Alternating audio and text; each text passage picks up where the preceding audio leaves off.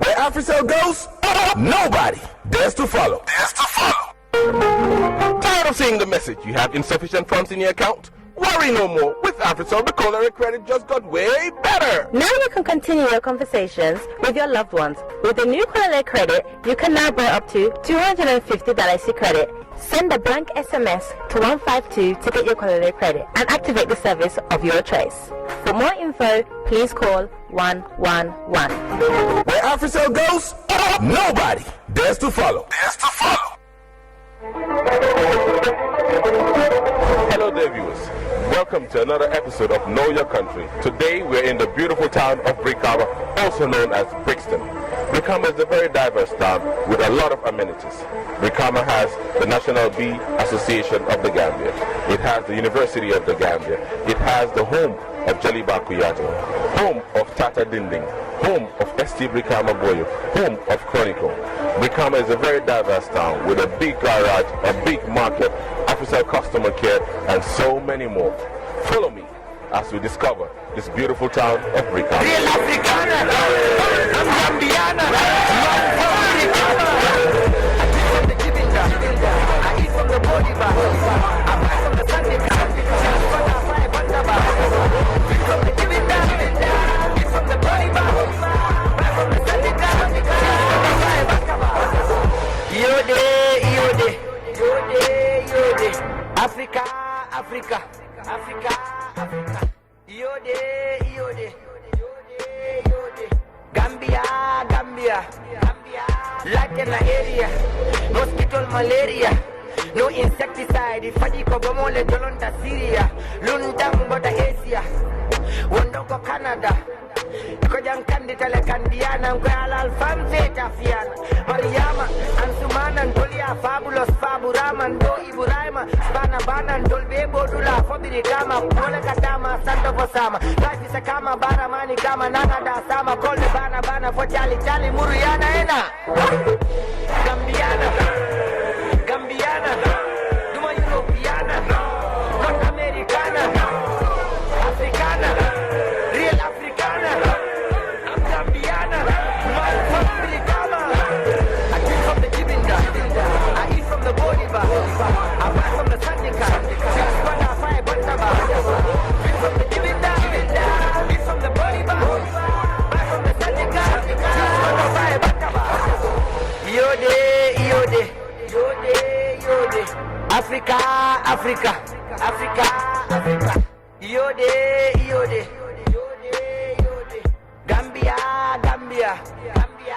I'm on a permit, Egyptiana, Mountain Everest, Napoleana, Esanso, Mansota, Arabiana, Jalo de Banajang, Gambiana, all the Nafri, Europeana, Colea de Kerry, La Pandicana, Bacol de Brooklyn, Gambiana, Luoli de Patican, Semestayana, Sana Tumbadi, Ghaniana, Nigeriana, Senegambiana, Kamatotana, Tasaliana, Gopurun to Ghana, Tisipe Banana, Mota Gambiana, Gambiana, I stand away, I want them organized, wise, Toronto civilized, just cause Nella will stigmatize.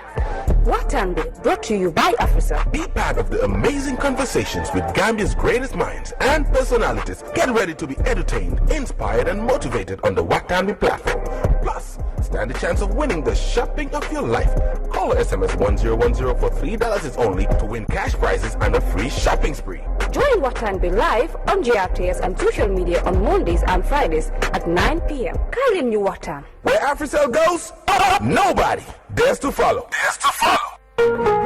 Tired of seeing the message you have insufficient funds in your account? Worry no more. With Africell, the culinary credit just got way better. Now you can continue your conversations with your loved ones. With the new culinary credit, you can now buy up to $250 credit. Send a blank SMS to 152 to get your culinary credit and activate the service of your choice. For more info, please call 111. Where Africell goes, nobody dares to follow.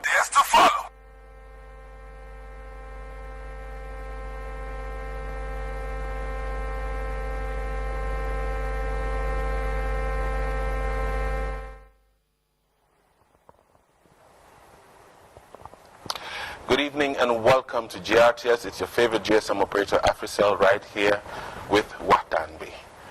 If you've been following the Wahtan TV show, we've been having prominent guests in the studios talking about pertinent issues affecting our country, affecting our communities, affecting young people and women at large. Today, we're very privileged to have an outstanding guest in the studios to talk about the draft constitution. He's an honorable member of parliament, the head of PDOIS, a very formidable citizen of this country who has been out and about, and he's a name that everyone knows, and we're very privileged to have him in the studios today. Good evening and welcome to Wahtan, Mr. Salah. Good evening. Thank you very much. Thank you for inviting me. Thank you very much, sir. Today in the show, we'll be talking about a lot of pertinent issues that is of utmost importance to the citizen of this country. And we have no other person better to talk to about it than Mr. Salah. Mr. Salah, today we have a lot to talk about, so we'll just jump into the conversation.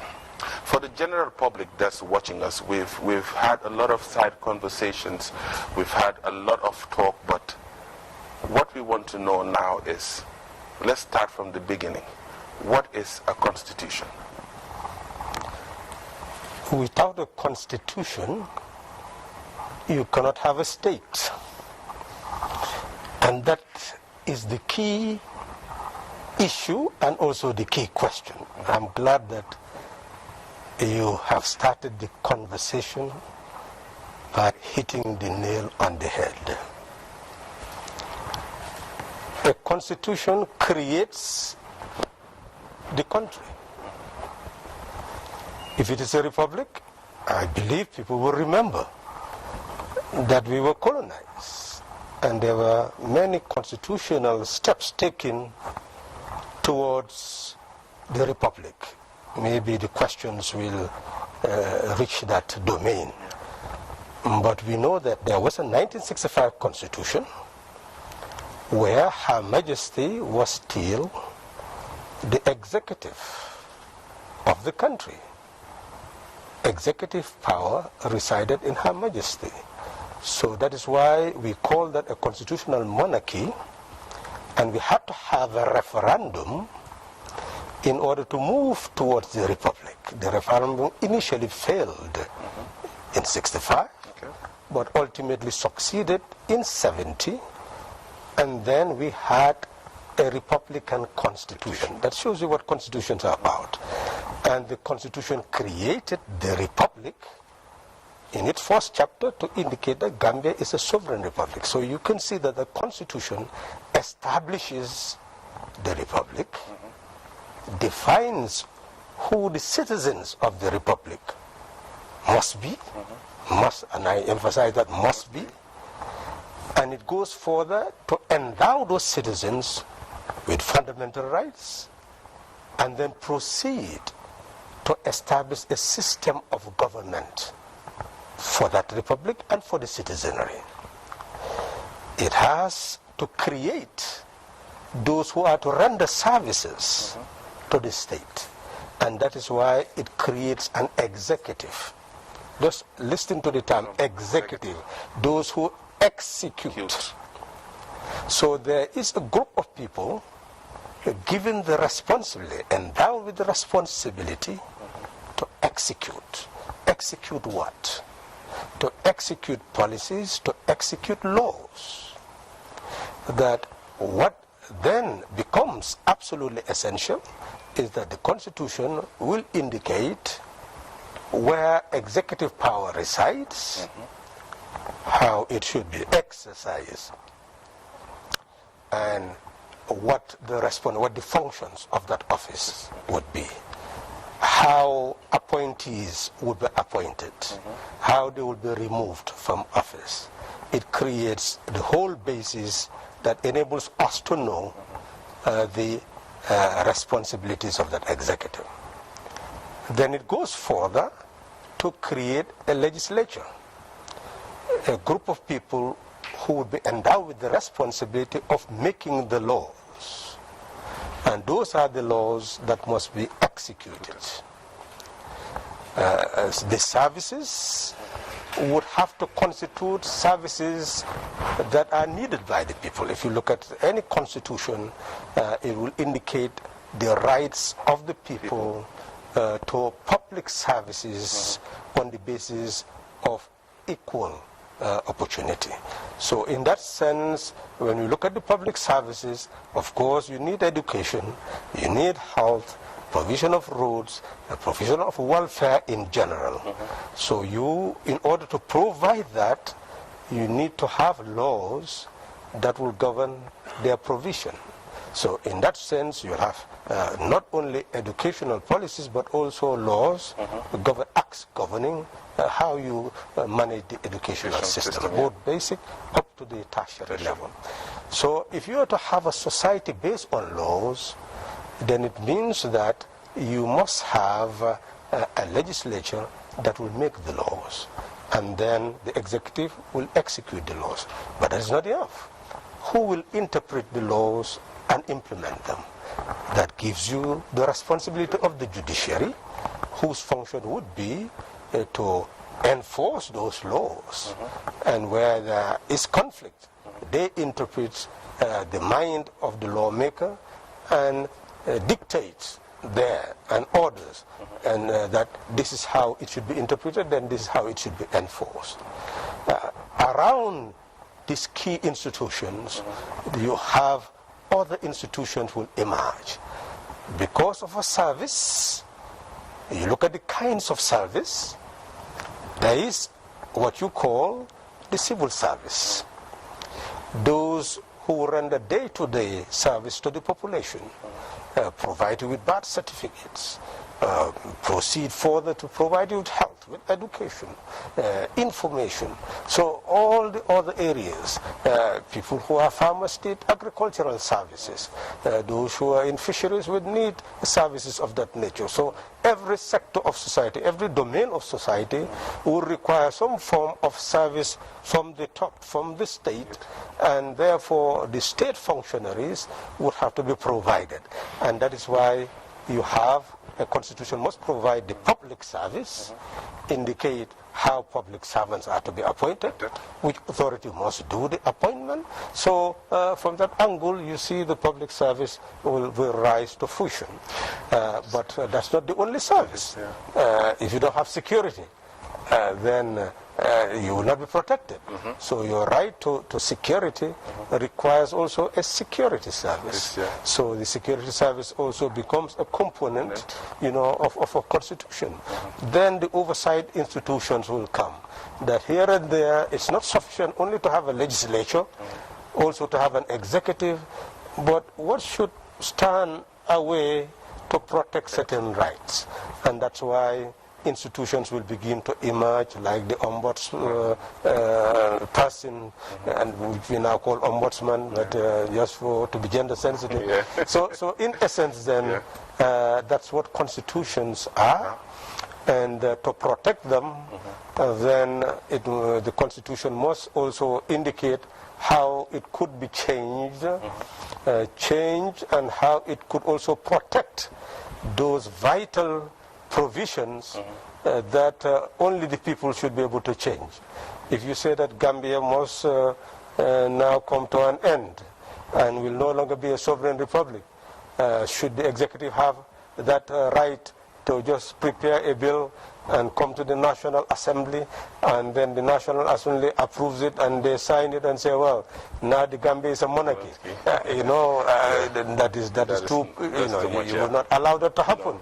So they say, well, it is an entrenched clause that if you say that Gambia is a sovereign republic, then it's a sovereign republic. You cannot transform it into a monarchy without going through a referendum that will ultimately lead to the people deciding on the nature of the Gambia, which means that you end up having entrenched clauses. You will have entrenched clauses that will protect the executive, protect the legislature, protect the judiciary, so that all the institutions that are indispensable will be well protected by ensuring that their clauses are entrenched. And therefore you cannot change that without a referendum. But ordinarily you can change others through the National Assembly, and of course they make it very difficult so that it takes a longer period of interrogation before the National Assembly can actually change those laws. Okay, thank you very much, Mr. Salah. If you're just joining us, you're watching Wahtan. Be right here at GRTS on all our sister TV stations, Kid Fatu Fatu Network, Africa TV, Paradise TV, Star TV, and it's wonderful having Mr. Salah. Moving on, Mr. Salah, Honorable Salah, you mentioned the 1965 Constitution that did not make it. We have the 1970. Moving forward, we came to the 97, if I'm not mistaken. Now we're fast forward to 2020. The CRC was tasked with the mandate of coming up and working on a constitution with public consultation, meeting the people in the Gambia and in the diaspora to work on a draft that will guide the country or the Gambia into a new phase or into a new republic. Before we move into the draft constitution, what are your personal, how do I put this? How do you see the work of the CRC in drafting the new constitution, and what are your observations before we actually jump into the constitution, draft constitution itself? Well, you know, I have lived long enough to witness the whole process of the 1997, so I can definitely give an impression of the 2020, and we can make a comparative analysis. You see, 1997 was premised on a change that occurred to the barrel of the gun. 1994 coup, and the 1970 Constitution was suspended, and decrees were made supreme. And because decrees were made supreme, the provisions of the 1970 constitutions that were saved were also under the supremacy of the decrees. They only operated insofar as they do not contradict the decrees. That was decree number 1. And by virtue of that, we came to a point where there was a demand that we must restore constitutional rule and move to an electoral system. That demand became very intense nationally, internationally, and because of the crisis within the government itself at that time of attempted coups, it was seen to be more logical to move towards that trajectory. And therefore in 1995, they constituted a Constitutional Review Commission, and it was headed by Justice Kwe, a Ghanaian, and many prominent Gambians were part of that committee. I think you should do more research on that. It's not need for me to tell you the names, because, but you can research and see that very prominent Gambians. And what they did initially, the mandate was to review the 1970 Constitution and engage in consultation to see what portions of the Constitution they will change and what they will add in order to come up with a draft constitution. And they engage in consultation. Of course, all political parties were banned. Freedom of political association was highly limited. So it was very difficult for the consultation to be very inclusive and exhaustive. So consequently, yes, some consultation was done, sufficient enough to enable them to draft a constitution. There has been a debate as to whether some of the recommendations they made were not actually altered. But with 1997 draft constitution, it was then the 1996 draft before it became the 1997 constitution. That draft constitution was submitted to the council, and the council did whatever it wanted with it in terms of some of the provisions, and then ultimately it was subjected to a referendum. And when the referendum occurred, you can see the critical situation during that period, because it was a yes or no answer. And initially, from our own evaluation, and I'll be willing to engage in any debate with the members of the council, because they are still alive, and members of those who supported the council at the time. But from our impression, those who are careful observers and monitoring the process and active participation in monitoring the situation, because I even wrote a memorandum to the Constitutional Review Commission making certain proposals very actively. You will see that the Council did not really want that constitution to be supported initially. Okay. Because the mindset, again, this is an impression. I'm not saying people take it. Yeah. It's an impression. I'm willing to debate about it. Yeah. But the impression we had was that the Council wanted a Libya type of administration where you have no parties, and quite a number of people had been trained to become part of the July 22nd movement. And you know, if at that material time people rejected the constitution, well, their argument would have been people don't want this type of constitution, and then they'll build the type of state they wanted to build. But then the former head of state, ex-President Jara, also said that his supporters should vote no. And by saying his supporters should vote no, and by virtue of the fact that if you vote yes... Was that to form a new kind of government or a new kind of law that was beneficial to them in a way that they would actually reject? Well, for them, they would want the 1997 or 1996 draft to be rejected, because they would favor the 1970 constitution, because that came into being during their term of office as the PUP. So therefore, they were not going to support the 1997. So they called it a soldiers' constitution and told their people not to support it. Apparently, the Council also saw that, well, these two forces together opposing it, it will fall.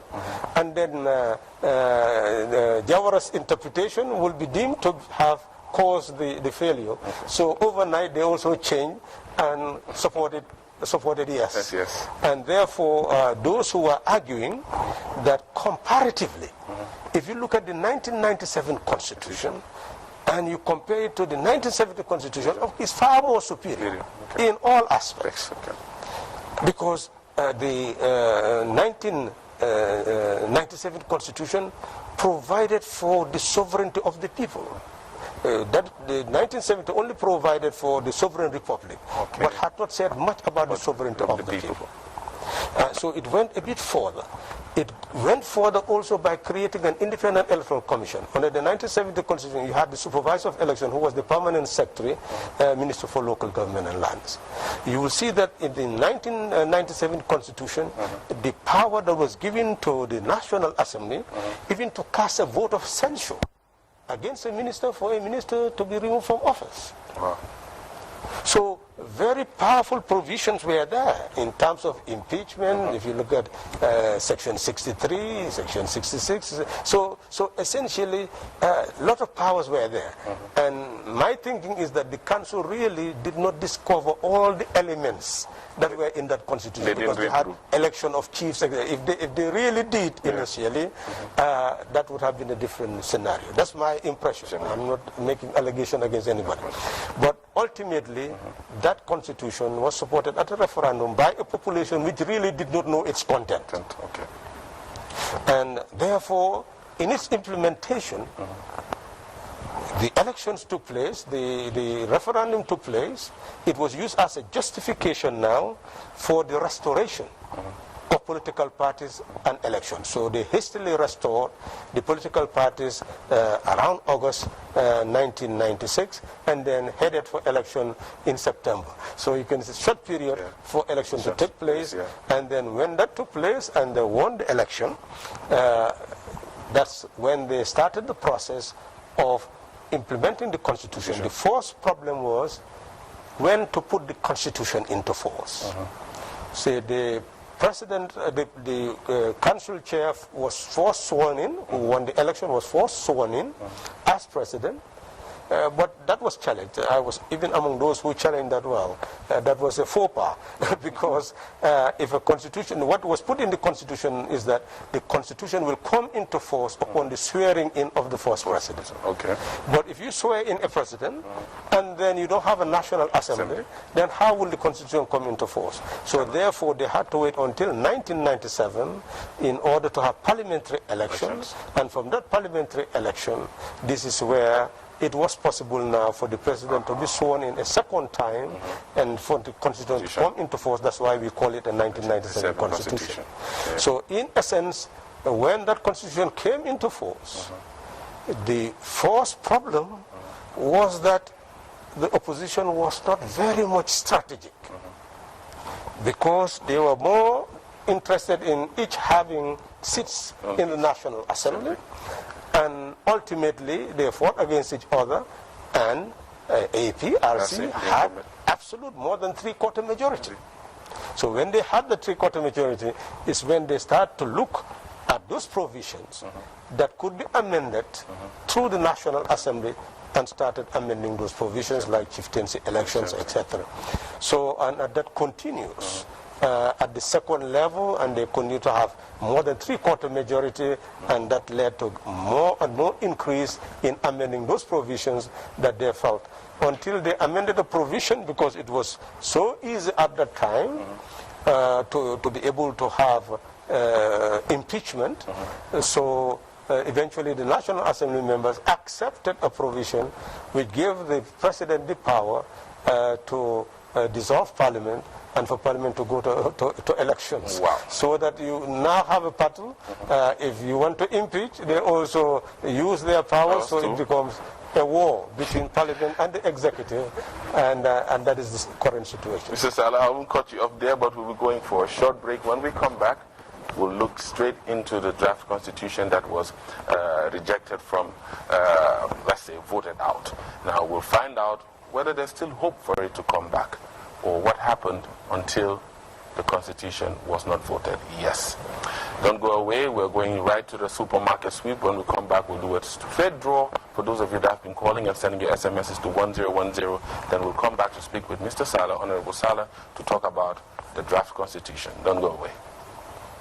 Hello once again, and we're back here at the supermarket spree, and we have another winner who called and sent SMSs to 1010, and he's going to run into the supermarket and grab a lot of food stuff.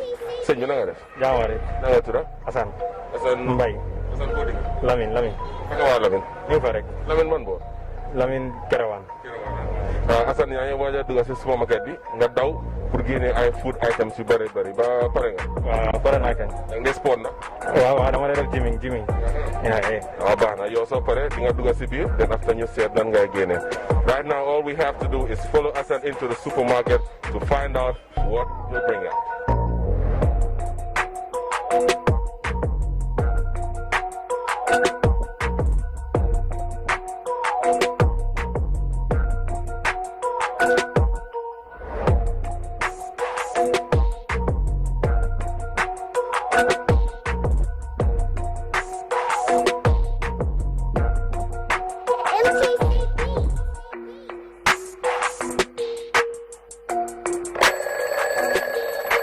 It's been fun seeing Hassan running into the supermarket and grabbing a lot of food stuff. Hassan, naka on daw bi? Daw bi, no. Waaye sant Yàlla rek. Yeah, sant Yàlla. Kontaan nga si loo génne ni? Trop sax. Yeah. Lan nga am pour wax ñu la nekk di seet? Lu ma am pour wax kenn moom na guy focus si 1010 bi rek, because lii is something true, lii dëgg la de. Yeah, waj na youth si Gambien yëpp mel ni man xam nga. ñuy seen 1010 wala ñu ko text rek pour stand chance pour win ma win bi font si kan la moo dem Mbaykunda waaw luñ koy jóg ak ceeb Chef Kaj, there you have it. Hassan winning himself loads of stuff with rice, oil, drinks, and so many more. Could be a winner too. Like you said, call 1010, send your SMSs to 1010, and be a winner on the Wahtan show.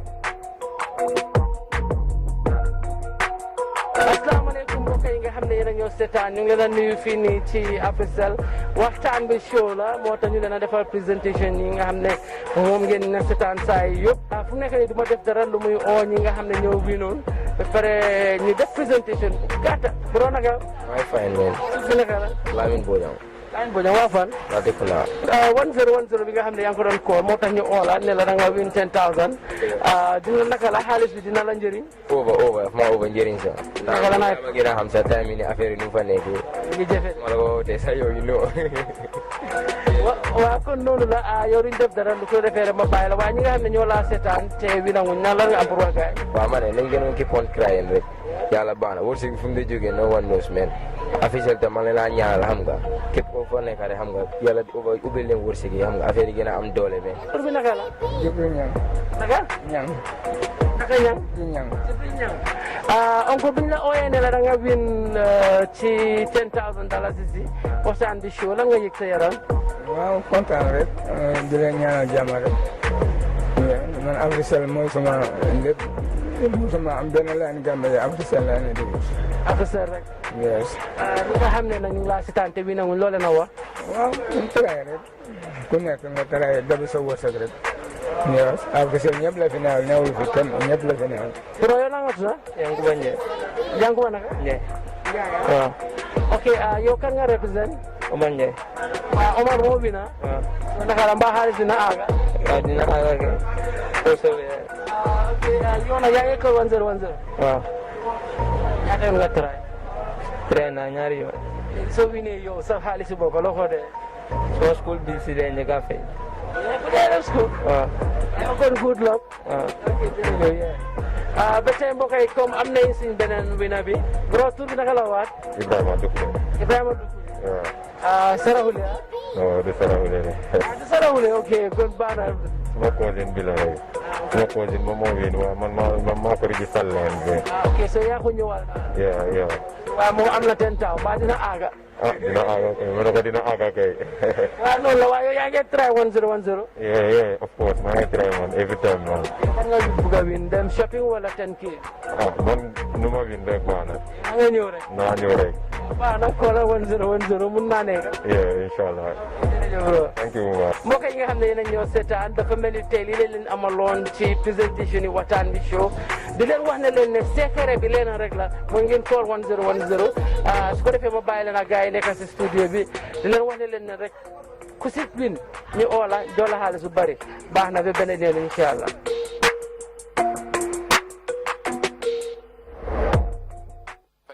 Mbaye Bite and team, if you're just watching us, you're watching the Wahtan show right here at JRTS, and our guest in the studio today is Honorable Halifa Saleh, a member of Parliament. We'll do a quick draw for those of you that have been calling and sending your SMSs to 1010 to find out who would be winning the COVID-19 support from Africell. So what we'll do is just set this up in 7, 6, 5, 4, 3, 2, 1, and start. Okay, the numbers are rolling on the screen right now. And stop. 251141 251141. That's our first winner. And start. Okay. Call or send your SMSs to 1010 and be a winner of $10,000.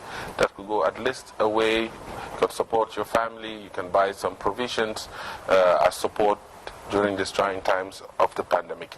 And stop. 741-4412, 741-4412, and start. Remember, if you're just joining us, this is Wahtan. We have Honorable Saleh in the house. We'll be talking about the draft constitution as soon as we're done with the draws, and we'll jump straight into it to find out what really happened. And stop. 7573494, 7573494, and start. Okay? You're reminded that if you want to be a winner on the show, all you need to do is call 1010 or send your SMSs to 1010 to be a winner. And stop. 713022, 713022. Those four winners will each be winning $10,000. They'll be called to come to the Africell head office to pick up their cash. It will be given to them in a safe environment through AfriMoney, and all safety measures will be respected and applied when these winners come to Africell. Remember to always wear your mask, always keep a safe distance. I'm keeping a safe distance with Honorable Saleh. That's why I'm not wearing a mask, but it's very safe right here in the studio. So always maintain the same thing so that we can have a COVID-free Gambia for everyone.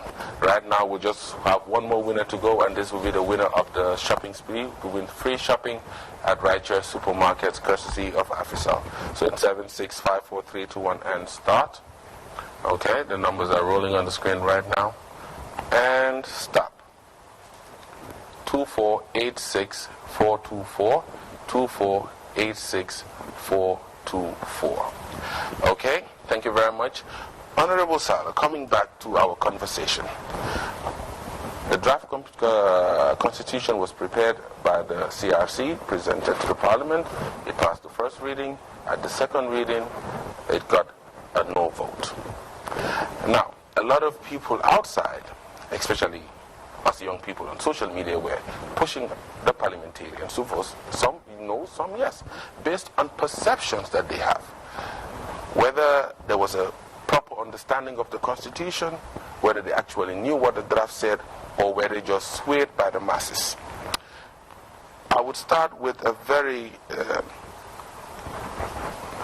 this topic was a bone of contention. A lot of people brought it up, bringing up the Christians and the Muslims. Looking at the 97 Constitution, the word secular was there. The Gambia is a sovereign secular state. In the draft Constitution, the word secular was omitted. Now, like I said, a lot of people online were saying, and some Christians too, that maybe the CRC commissioners were pushed to a corner in a way where they could not put the word secular in. And looking at the constitution of the commissioners, the majority were non-Christians or were basically Muslims. So, looking at the word secular being there or not, does it affect how we are as a people with religious tolerance?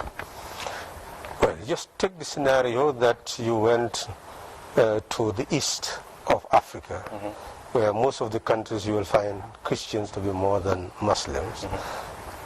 So the word secular is not for Christians and for Muslims. And I think that is one of the misunderstandings that had to be interrogated. But to answer quickly, you will see that under the 1997 Constitution, Section 100 is telling you that the National Assembly cannot pass a bill that declares Gambia as a one-party state or a state based on any particular religion. So essentially that's what secular really means, meaning that the state is neutral and must protect the beliefs of its citizens. And that's why under Section 25 of the 1997 Constitution, the right to believe and to practice one's belief is guaranteed. And that is the essence.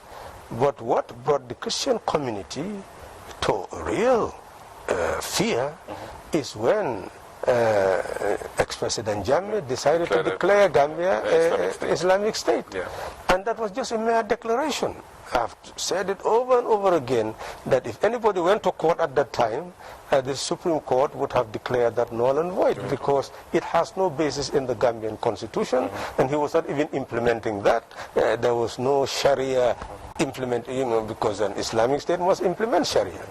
But under the 1997 Constitution, what it put is that Sharia is implemented as far as we talk about marriage, divorce, and inheritance. That's all. And that will bring me to my next question. And there's still the Sharia section in the Constitution, on the draft Constitution. But let's say even today, we're still under the 97 Constitution. Now, in a case, because I'm not well learned, but I've read a little bit.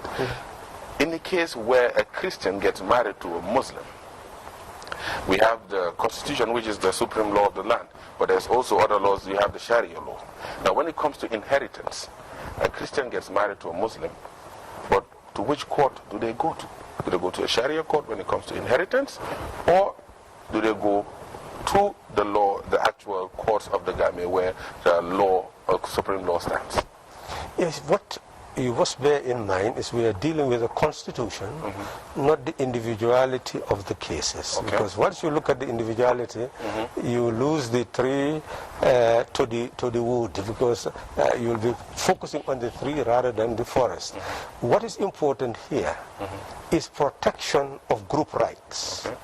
a constitution must protect the rights of Christians as a group and Muslims as a group. You may now have people moving from one sector to the other, but the objective is to protect the right of the group. Now, the colonialists decided to have acts. There you have Christian marriage acts and all Muslim marriage. So they had many acts. So in formulating constitutions, those things were taken into consideration in taking those acts and putting them into a constitutional framework. And I want this thing to be understood very well by those who are members of the Christian community. You see, under the current constitution, there is the discrimination provision that no person should be discriminated on the basis of religion, etc., etc. Full. So now, in Islam, based on the religion, when it comes to inheritance, males will have 2 and females 1. The explanation generally is that the male has the responsibility of taking care, so there are explanations to that based on the group right.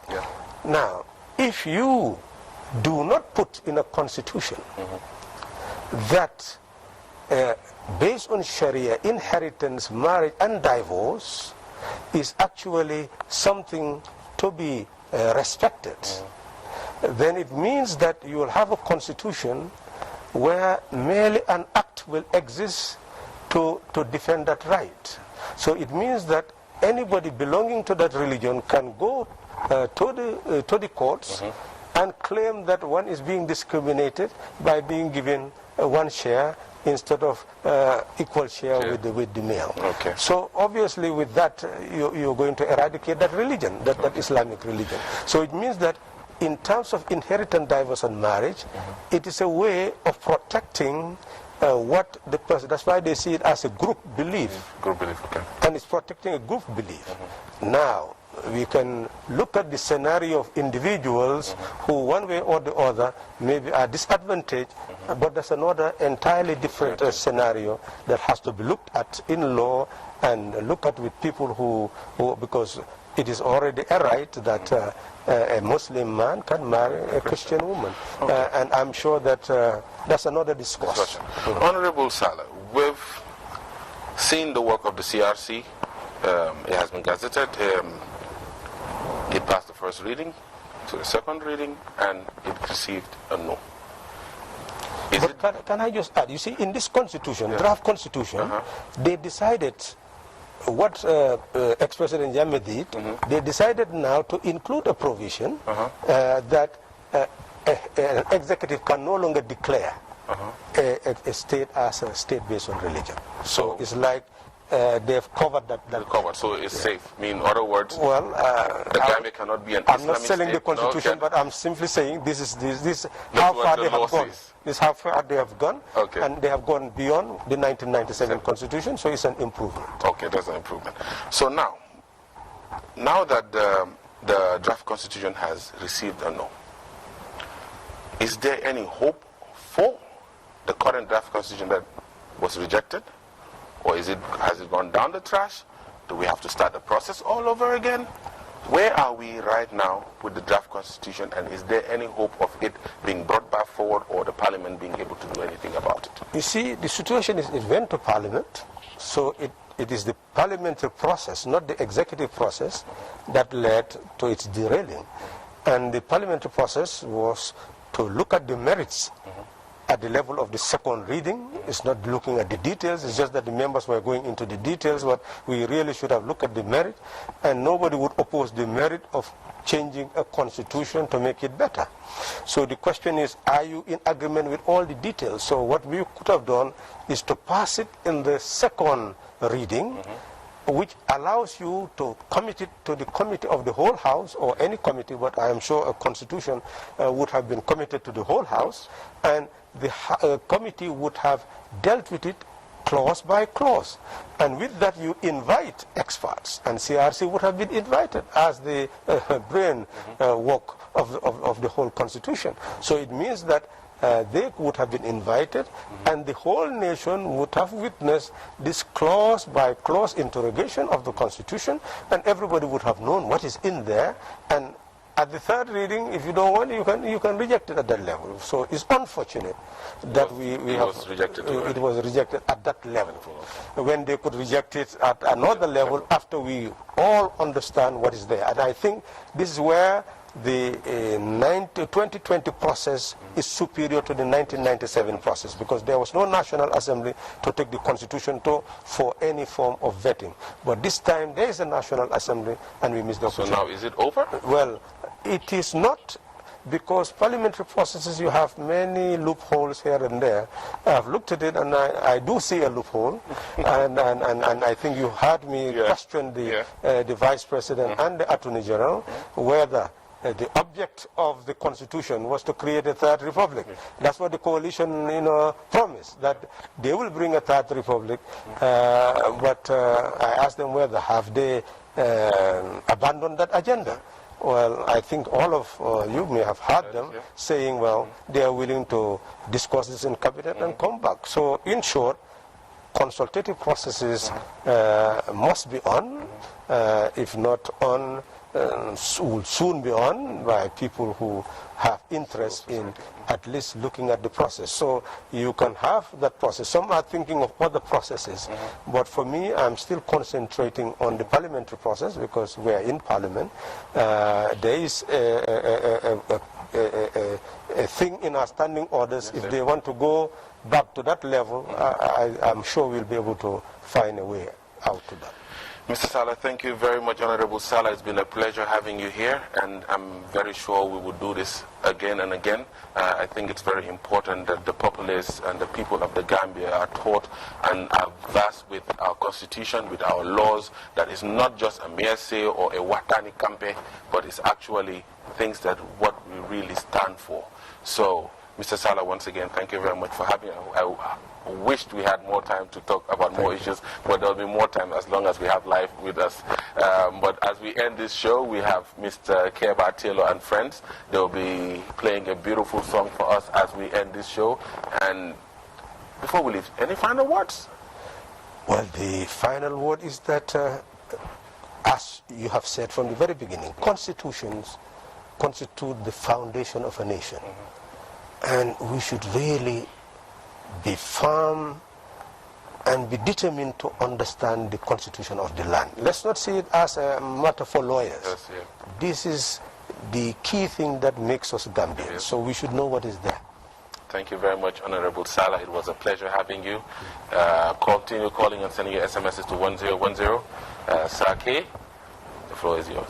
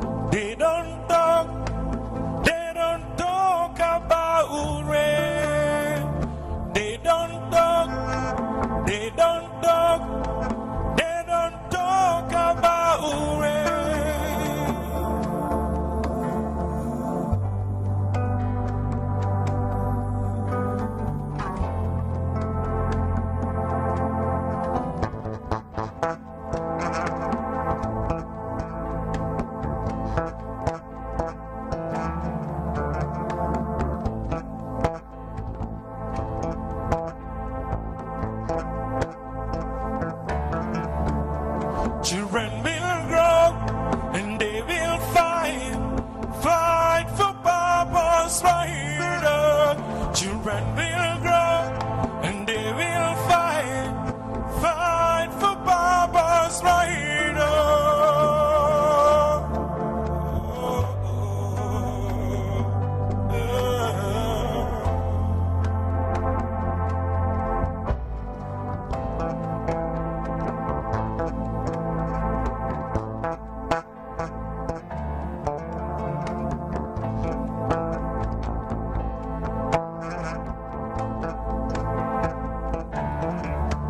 Sokoy wayando, diko foyando, suyage nyufehalo. Sokoy wayando, diko foyando, suyage nyufehalo. Kumna nyufehale, Patrice Mumba, fehele kokuruma. Kumna nyufehele, Patrice Mumba.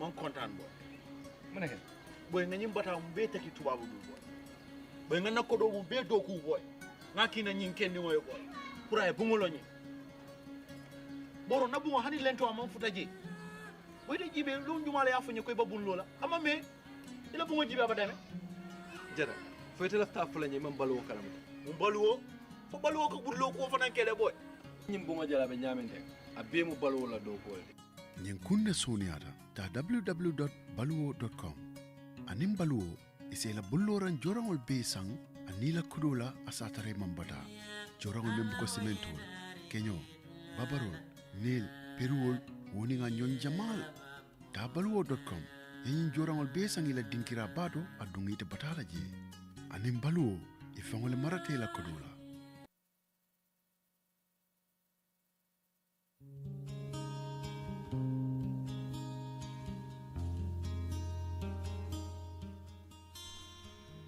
TRRC is mandated to make recommendations for prosecution or amnesty for human rights violations.